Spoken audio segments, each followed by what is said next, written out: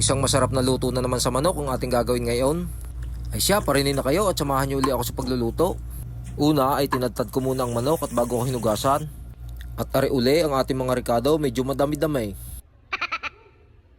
Ang garning klaseng luto ay masarap kahit siyang uri ng karne. Lalo na kung kambing o kaya baka. At habang pinatutulo natin ng karne ay magagayat muna tayo ng mga ricado. Ang ating nga palang lulutuin ngayon ay kalderitang manok. Kaya kung gusto nyong magluto ng garne ay sundan nyo lang ako sa pagluluto. Masarap ang garning putahe, magastos lang sa ricado. At pagkatapos nating maggayat ay magtitimpla na tayo. At tayo maglalagay ng bitsin dyan. Ilalagay din natin ang sibuyas at bawang. Maglalagay din tayo ng paminta. At lalagyan din natin ng Eden cheese. Gagayat-gayatin lang natin. At lalagyan din natin ng pickles.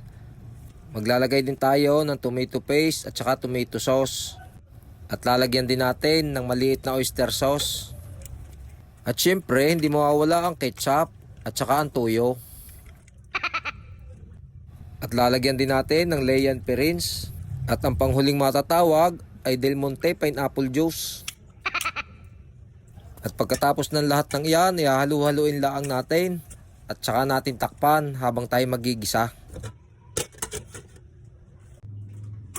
At pag mainit na ang kawali, maglalagay na tayo ng mantika at isusunod na natin yung star margarine. At hahalu-haluin lang ninyo para matunaw ang star margarine. At saka nyo ilagay ang bawang, sibuyas at saka yung siling ginayat.